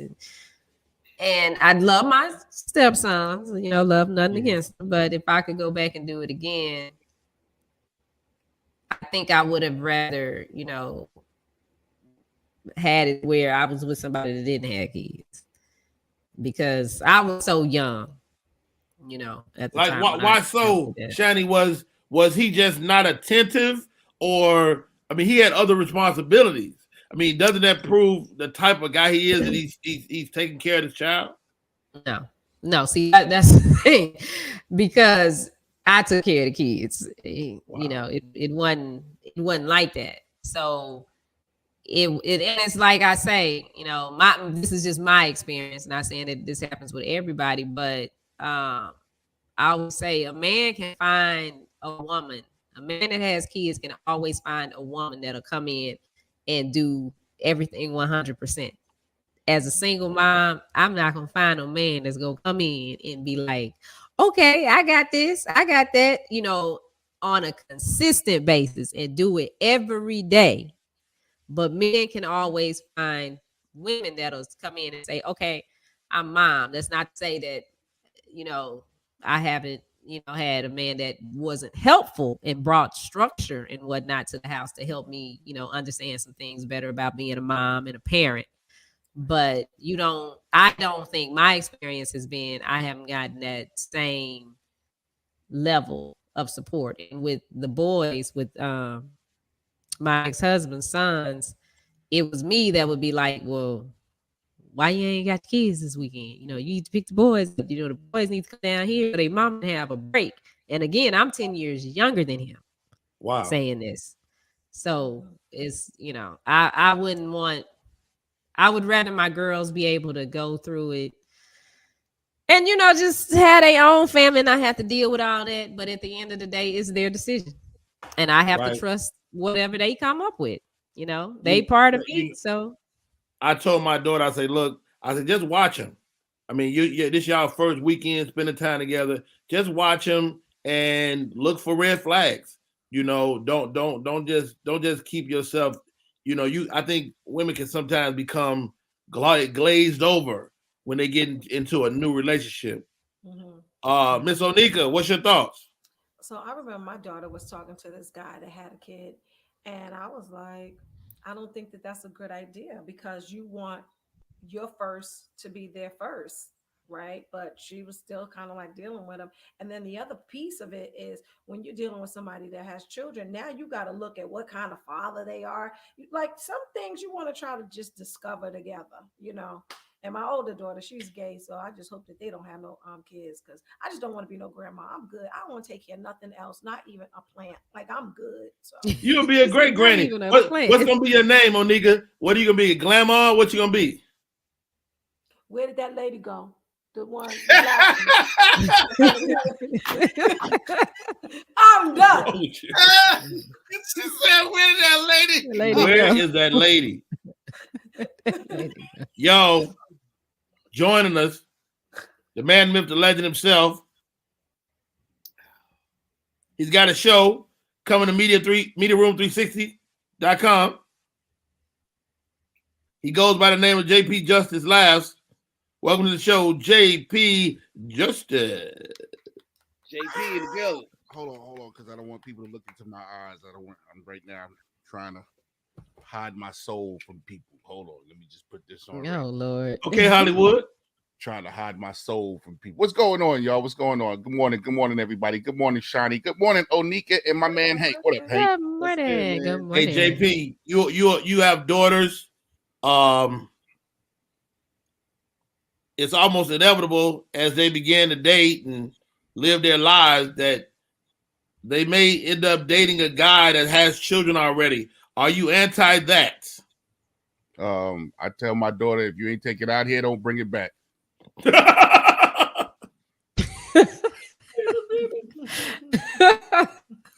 can't bring no kids back? Nah. You know,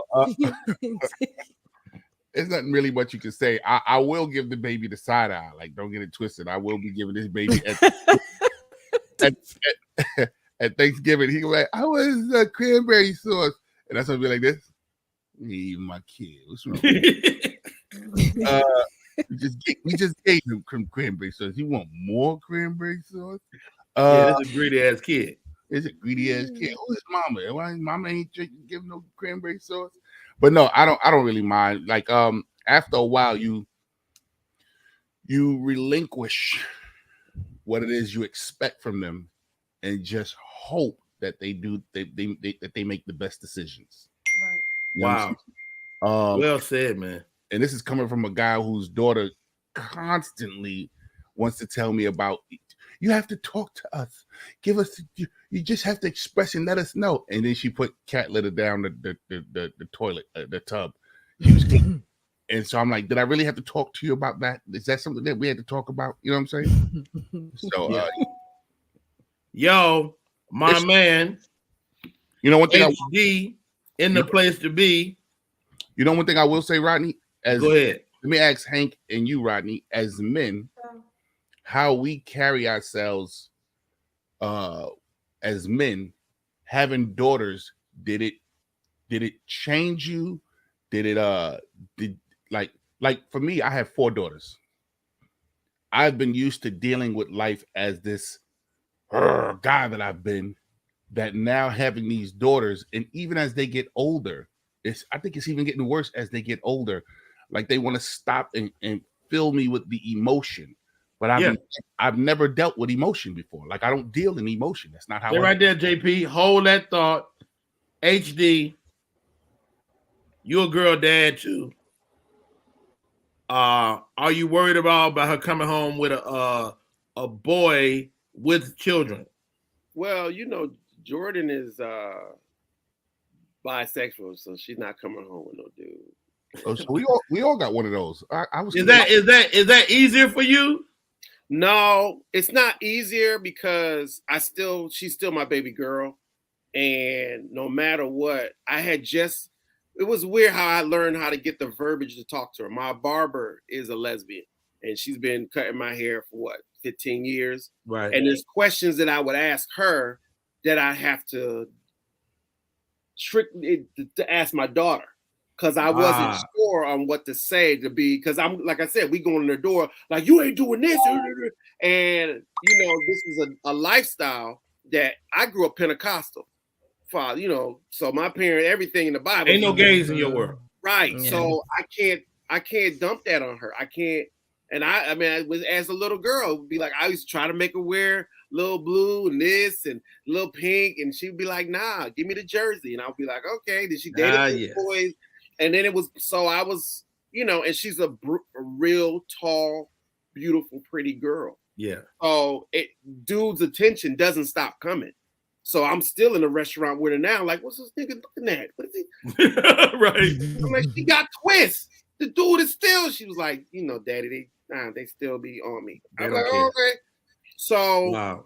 But in anybody, these kids are gonna do what they want to do. Your job is to educate them. People keep them off the pole, the pipe, and educate them. And that's all you can do after that, man. Because they're gonna do what they want to do. The more you say something, the more they're gonna do that. Come on, they now. will do the opposite. They will definitely do the opposite. JP asked a great question. As a father, are you a better man because you have daughters? I know I am. I didn't say better. I'm asking a different question. You said more emotional. Yeah, because I'm dealing in emotions that I've never dealt with, bro. I don't know if that's better because I find myself. You're absolutely better because you're in touch with your emotions, bro. I never dealt with emotions like this. So for me, I don't. Come on, JP, give me a hug. Come on. Oh, there we go. He would have paused me. He would have paused me 10 years ago. I'm getting ready to pause you in a few minutes. I'm gonna be like this. Yo, what you doing on the air, man? Pause, bro. What's up? Word up, B. No, but I mean, I think, you know, like I will say this. I know my daughters will take care of me at the end of the day.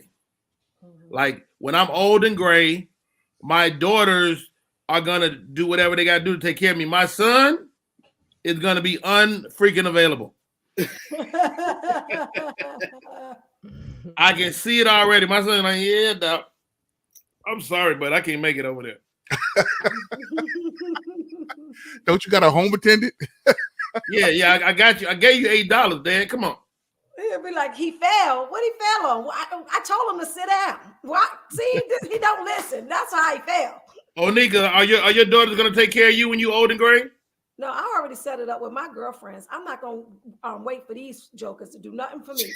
We're gonna live like the Golden Girls. I'm gonna move to Charlotte with my homegirl. We're gonna all pitch our money in together and get us a home attendant that's kind of younger and take care of us. I'm not waiting for my kids to do nothing for me. I can't wait for them to do nothing for me right now. I'll be like, y'all, it's Mother's Day. I know, Mom. Let me tell you what happened. Oh, you gotta tell me what happened on Mother's Day. These niggas is 20. So could you imagine when they 40 and I'm like 80? Hell no. I'm good. Hell no. Hell no. Shiny Scott, I know your baby's got your back when you get old and gray. Well, yeah, I think they'll take care of me. They are of the mindset they really don't want to leave home, and I've always told them they don't have to. They can stay with me as long as they want. But that's just me, you know. But we'll see what happens, because when they get some real boyfriends and husbands, we'll see. Because you don't want all of them living there. That's a lot. You don't. Hey, we're almost coming down the tail end. We're at the last quarter of the show. Thank you, guys. The name of the show is Rodney Perry Live. I am Rodney Perry. Thank you to Shiny Scott on air. She is Media Room 360. You can do everything with this show from the app, or you can go to the Facebook, the LinkedIn, the YouTube, Twitter, doggone Twitch. We got it all. Mm-hmm. Coming aboard next month. Step into the AM. On the 20th. Is this month? Next week? Monday. Next week. Next week. Mm-hmm. Yeah. God, man. It's happening so fast. Listen. All bro. right. Hey, and Shani, So, I just got we're coming down the stretch of the show. It was in my spam. It was in my spam folder. I was going, is she not going to email me? Then I looked at it. It's already there. Oh, it's yeah. Shiny Scott gonna send an email. Best concert you ever attended. Best concert. Think about it. I got mine. You ain't got to tell me. I got mine too. You got yours. HD, you got yours. Shiny Scott, you've been to a bunch of them. Mm-hmm. Let's start with Shiny Scott. Best concert. Best concert ever. Rolling Stones. Really? The Rolling Stones. I felt like I was a part of history to see Mick Jagger come out there and still in the rain at that, because it was raining. He performed at the Cotton Bowl a couple months back. And you saw him rain. recently? Yeah. Yeah. And I was like, he's 80 years old. This is like probably one of the last times that he'll perform. Wow. Well, they'll perform as a group, you know. So you saying Mick Jagger about to die? You glad you saw him? Mm-hmm. I wish I would have took the girls with me. Was it still this Mick Jagger? Look, Mick was all over the stage. He was did not slow him down. I mean, he sang. It wasn't auto tune. He put on a show for a straight hour and about 45 minutes. Get out of here! Way to go, Mick Jagger. That's hot. That's hot, Shiny Scott. JP Justice, best concert. 1986. I was a poet, and I entered this poetry contest for the Daily News, and I Stop won. right there. Stop. You're not about to say that without me addressing that. You was a freaking poet? An unfeeling poet. He can't deal with his emotions, but he's a poet. Yeah, I used to write poetry like, and the can feels and we see in the city. It was real. All right, go ahead. You was a poet. Go ahead. I won tickets, front row seats to the Michael Jackson Bad concert. Oh my God. Listen, I literally sat right here to the Pointer Sisters, and when I recognized, I said, "Oh, that's the Pointer Sisters." I never looked back at them ever again throughout the whole concert. I took my boy George, because me and George like Michael Jackson, and we was something happened, and Michael Jackson came across. I mean, literally within feet of me, probably no farther than like 20, 30 feet from me was Michael Jackson. And listen, bro, when he did this and pointed in the audience and pointed my way, yo, Rodney, just like your joke, I was about to go, ah! I felt the energy. I was like, he pointed to me. I can see why you see them those TV shows when you see people bugging out when listen, electrifying. Wow. Get out of here. How old were you? 16. You saw Michael Jackson at 16? Yeah, bro. And here's something even better. As I was going to the concert, he was staying in a hotel across the street to Pennsylvania. I seen him cross the street with like 30, 40 bodyguards run across the street into Madison Square Gardens. And I was like, yo, that's Michael Jackson.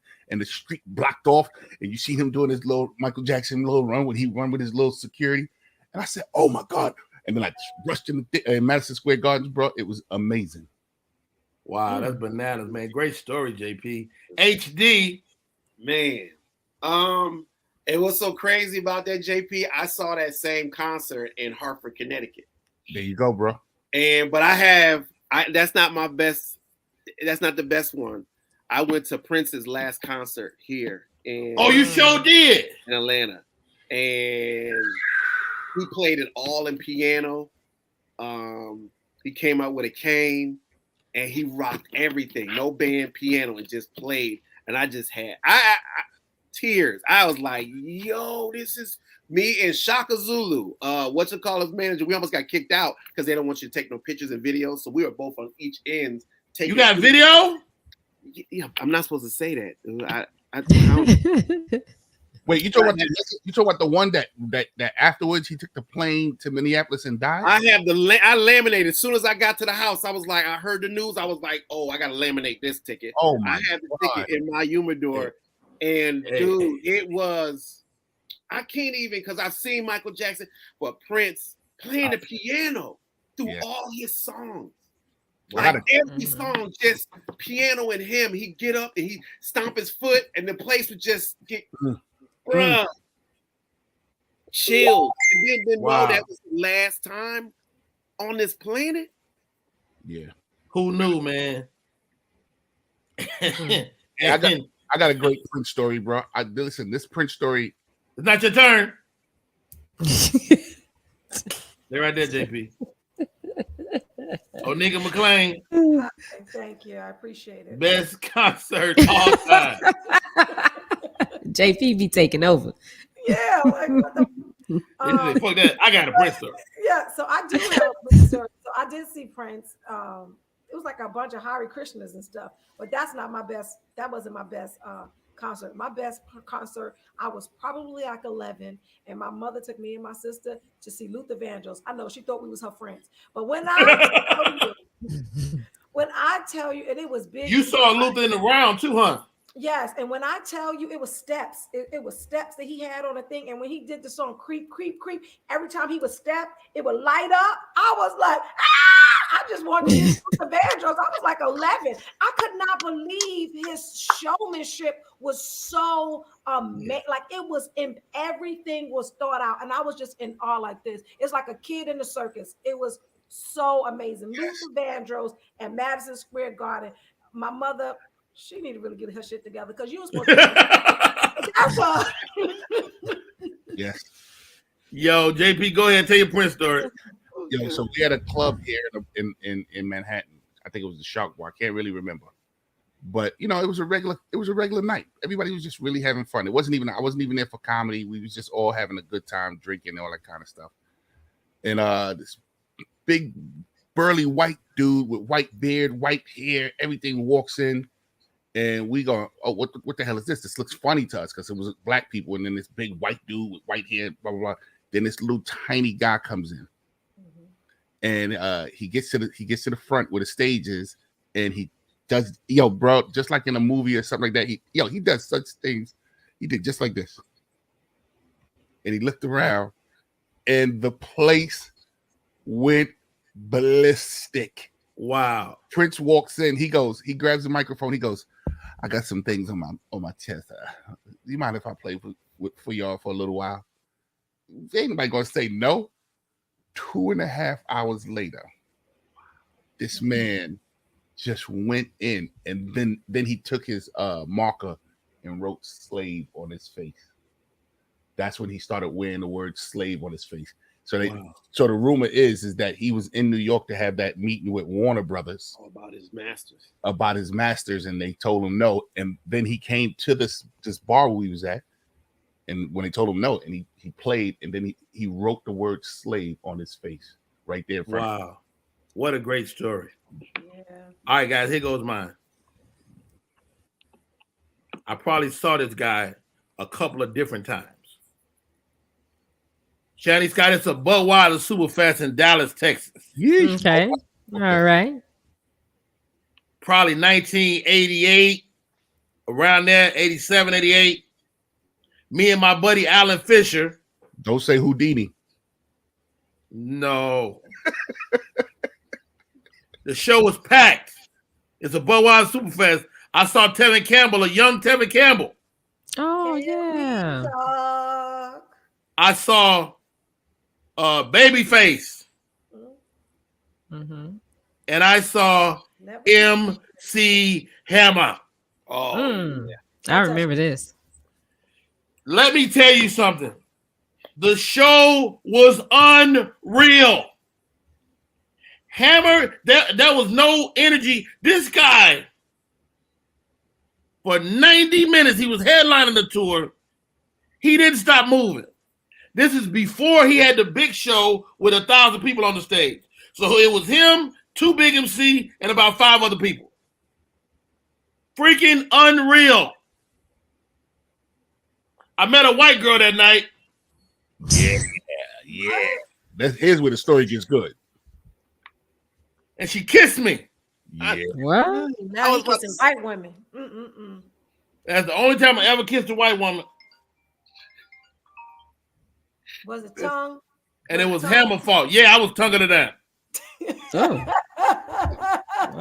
can tongue down white people. You done lost your mind. They God's children. Wow. It was Hammer's fault.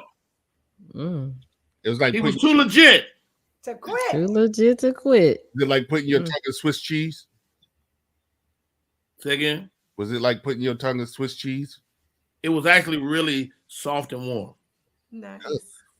That's nice. Just like I never saw her again. Mm. I never saw her again, but I saw Hammer like 3 more times. It wasn't no more white women there? Oh, yeah. Oh, Nika, he went to the concert looking for white women. He was like this. I went 3 more times. Well, the white woman has no bearing on the story. On the I other feel like I need to throw that in there. It's been an amazing show today, guys. I generally do this show with two special guests at 9:30 and 10:30. But when I saw my friends, Onika, Out of Control McLean, and the homie, HD, JP popped in the last 30 minutes, Shiny Scott on the air, I said, we got this. Mm-hmm. It's an honor and a privilege. This is the first in a lot of shows. How many shows we got in the can there, Shiny Scott? What's today? Wednesday? No, today's Tuesday. Are we at week 3 or week 4? We are week 3. 3. So I believe we actually have 14 because a couple times you were traveling. Right, we had to travel. This weekend, Milwaukee at the Potawatomi Casino. The what? I would not be bringing no merch because they want to charge me. The what casino? I don't know. I was got close. I was channeling my inner Onika. Potawatomi. I think that's the name of it for real. He was reading phonetically.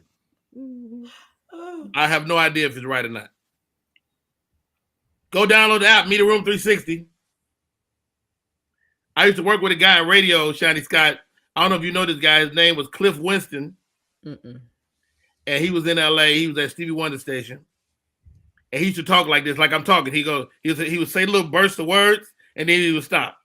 Like I'm literally stealing this from him. Mm-hmm. He would say, and then he would go again. And so I think I'm stealing that from him. But rest in peace, Cliff Winston. What a great guy. He let me rock with him in the mornings.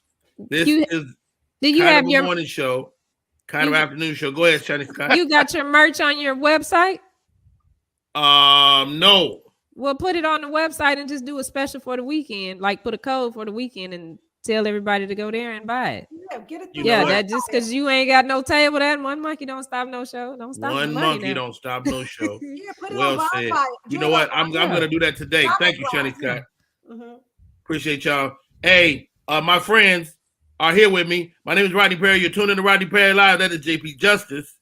Yes, sir. He's at JP Justice Live.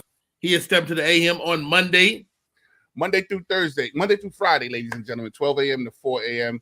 Step into the AM right here on the Media Room 360 platform. My man, he's at Hank Dixon Comedy. When is the special hitting the street, Hank? Next month, Paying Different. We'll hit the streets. What platform? Tubi, Amazon, YouTube, and all the audio, XM, Sirius, radio, all that. I love it, man. Good stuff. Miss Onika McLean, she is a lovely and talented, flat out ridiculously funny. Onika, what's next for you? So on Thursday, I am filming my comedy special and comedy album. That's June 16th at the Stand Comedy Club. I'm doing it through the Black Women in Comedy Festival. So the Black Women in Comedy Festival, shout out to Joanna Briley. So June 15th through the 19th, a bunch of Black women are coming to New York to shop their comedy wares. And we're going to, most of the comedy clubs are letting us do shows there. Gotham, New York Comedy Club, The Stand, Broadway, West Side. It's a bunch of comedy clubs that we're having shows in, mostly in Manhattan, and a couple of one-offs in the boroughs. But it's going to be dope. So I'm doing my comedy album, and we're gonna visually record it because the club wants to see if they can shop it, and sell it. They can absolutely shop it. Yeah, so that's what I'm doing. And so I can help you get it. I can help you get it placed some places too. All right, so it's 2 shows. It's the 8 o'clock show and 10 o'clock show. There's a few tickets for the 8 o'clock, but we really need more people for the 10 o'clock because I need to run it twice. So come on through. I'm not gonna not charge you because you still got to pay the $25. But come through. We're going to have a good time. See your girl. It's called My Mama's Music. And the premise behind it is I lived my life through my mom and the songs that she kind of like. And now it's time for me to do my thing. So I'm going to put that stuff in a can. I'll give it to the world. And then I'm going to do my new stuff. Dope. I love it. What a great show today, guys. My name is Rodney Perry. You're tuned in to Rodney Perry Live. That lady right there is Shiny Scott on air, and she is Media Room 360. That is our show for today. Till tomorrow.